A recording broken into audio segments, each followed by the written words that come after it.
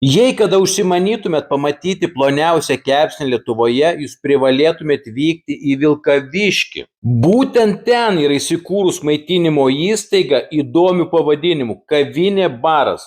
Čia užsakymai priimami prie baro, ten guli ir meniu. Trumpai apie meniu pasakysiu tik tiek. Kainos draugiškos jūsų piniginiai. 2 sriubos, 2 kepsniai ir sultis mums kainavo 14,40. Abi sriubos lyg pas babą kaime. Negalėčiau išskirti, kuri buvo labiau skani, ar agurkienė, ar pupelių sriuba. Žodžiu, abi sriubos geros. Tiesa, jei valgydami ar pavalgę pasigestumėt servetėlių, čia jų nerasit nei ant vieno stalo. Na, o dabar įdomiausia šio video vieta – ploniausias kepsnys. Bet nors ir plonas buvo kiaulienos šnicelis, bet jis tikrai neprilygo kiaulienos karbonadui.